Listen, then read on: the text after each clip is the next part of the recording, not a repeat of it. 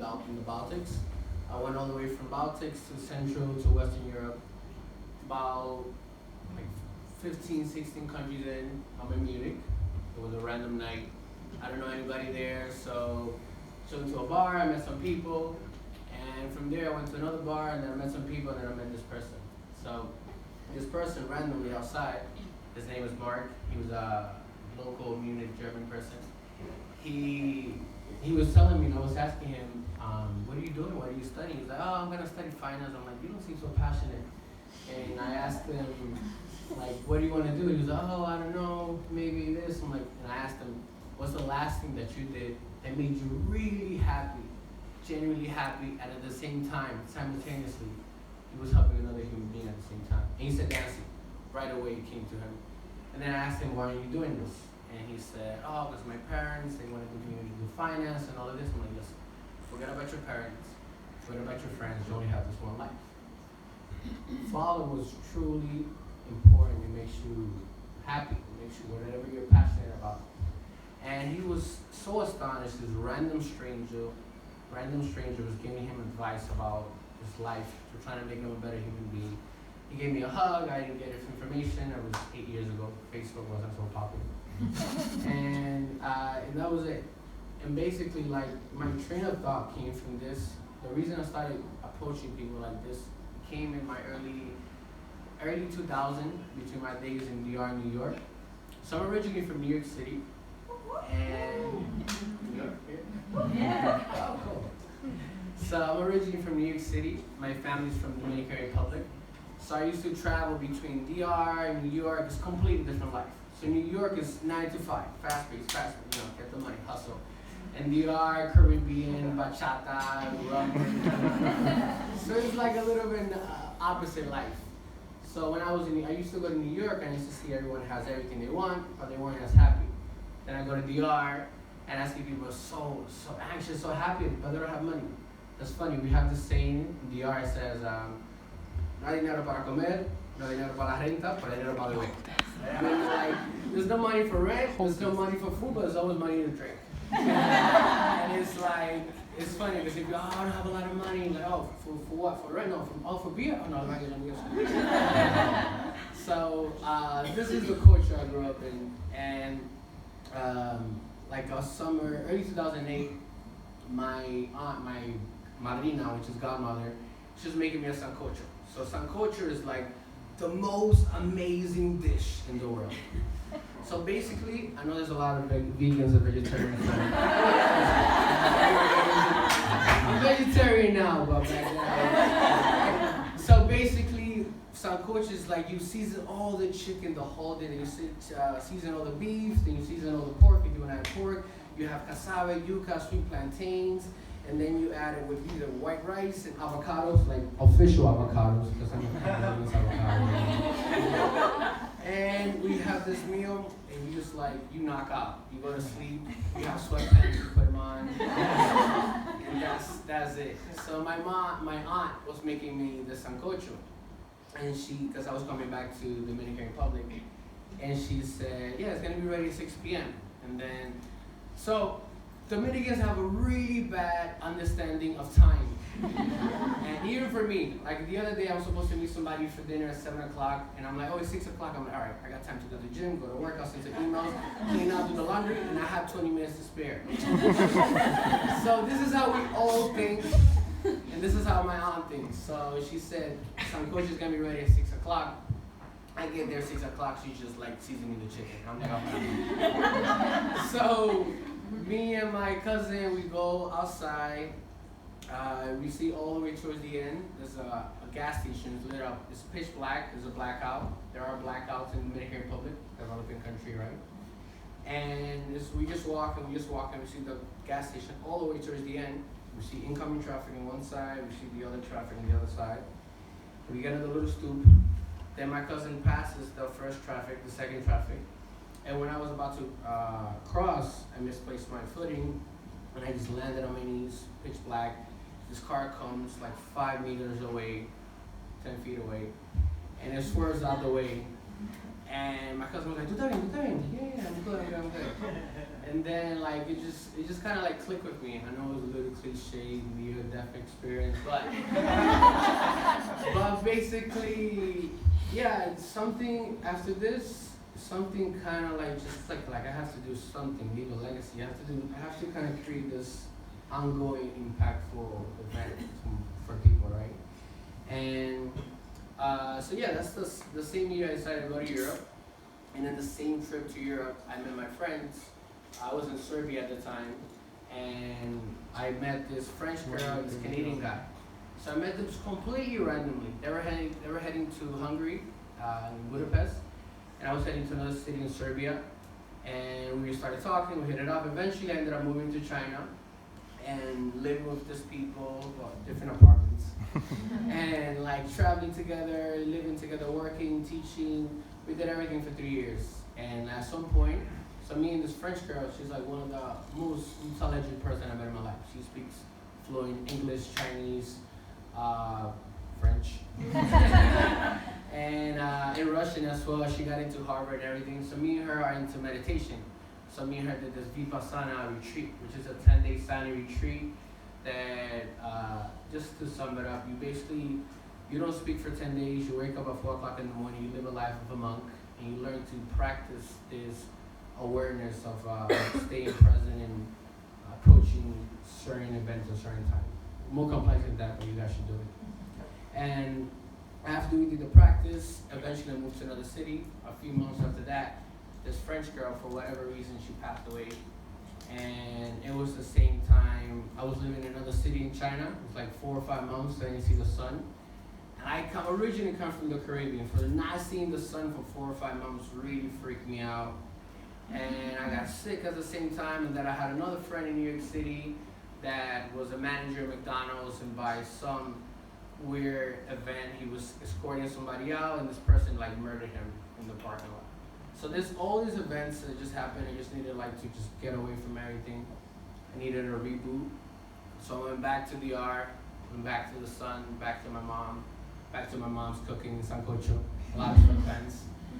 And it took a while. I think there's no right way of how to approaching death, especially at a young age. Even if you read 1,000 different books, everybody has different experience because it's different relations, different events. And eventually this year, I did my second retreat of Vipassana in Indonesia, and it's basically been leading me to just practice it more. So it's very difficult. All your lessons in life, everything you learn to constantly and daily practice it. So about a month and a half ago, I was traveling through South Korea, and I'm going to South Korea. I had a good time. Coming back to China, I was going back to Guangzhou, China, and I'm in the airport. I have like 4 hours to sleep. I'm super tired. I've been in China 6 years. I speak pretty good Chinese. I have the visas, and I'm American, so I'm a little bit arrogant. I am a little bit arrogant. I think Americans, we have this passport. Yes, it just happens. So everybody's walking very straight in this line, and I'm like, I'm like, blue passport, move out the way. And like this Chinese airport security guy, I don't know if it was my arrogance or my skin color that I caught his random selection. And he took my passport. He was like, "What are you doing here?" And I'm like, "Wai Mao," which is like Chinese for merchandise. And he was like, "Show me a picture." I'm like, "I don't have a picture here." And he was like, "Come with me." I'm like, "Relax." And he took me to this little booth. And it's like a little rectangle booth. As soon as you go in, there's a seat right here. And then to the left, there's a transparent in a glass. And that's where all the Chinese people are working on dealing with our stuff. And the guy's like, give me your phone. I'm like, "I'm not giving you my phone." He's like, "If you want to come to China, give me your phone and your passport." So he took my phone, he went through my WeChat, which is how we communicate in China. And he basically was like, "Oh, somebody sent you a payment 2 months ago. You're not allowed to have this payment. You have a business visa." I'm like, "Relax, I've been here 6 years. Let me call my company, let me call my..." Like, "No, cancel. You can't go in." And I'm like, and I'm in this booth, and there's like this Korean girl that came to the same flight as me. There's this Russian girl there, and there's this Middle East guy there. And everybody's freaking out because everybody understands that you can't come into China. The Russian girl is looking at me, And then she doesn't really speak good English, Chinese, so I'm kind of talking to this guy, and she's kind of sad because she didn't come in, and she's like, oh, my boyfriend, I'm about to get married, and I'm like, Shundi, I'm like, her boyfriend is almost going to be her, she's about to get married. Can you help her? I'm like, no, she's teaching on the wrong visa. And she's like crying, and I hugged her, and she's like, listen, this is what you can do, you have to be, he was like, why are you so calm? You know you can go in. I'm like, I don't know, what are you going to do? I'm like, I don't know. Philippines, Thailand, Cambodia, Indonesia. I can't stay here until I can come in. At that point, I just realized, like, I know what's gonna happen, so just like freaking out is not gonna change anything. So then the Korean girls started talking to me, and I'm helping them. Then I sat down next to the Middle East guy. I'm like, where are you from? I think he said Bangladesh or Pakistan. I'm like, oh, assalamu alaikum, habibi. Walaikum salam. And he was like, can I help? Because he speaks so little English, and they're being so rude. And I'm like, you have hotel, you just hotel. I'm like, this is his hotel, because he's been screaming at this guy, and nobody speaks English or Chinese. This is mayhem. So then these Korean people talking to me, there's Russian girls talking to me, there's somewhere Middle East guys talking to me, and they're looking at me. The Chinese people are just freaking out. I'm like, what are you doing? I'm like, relax, I'm not starting a revolution. I'm just trying to help these people out. And eventually they put us in a room, and he's like, you gotta go back to the way you gotta go back to your country the way you came. I'm like, I'm not going back to the States, it's too far. And I'm not Korean, I'm not going back to South Korea. He's like, you gotta go back the same way. So I'm like, fine. So I had to book a flight from South Korea then to Cambodia. And basically, I'm in this room for 14 hours. The Korean girls there, they were like giggling because they're going back to Korea. One of them is actually like a makeup sensation.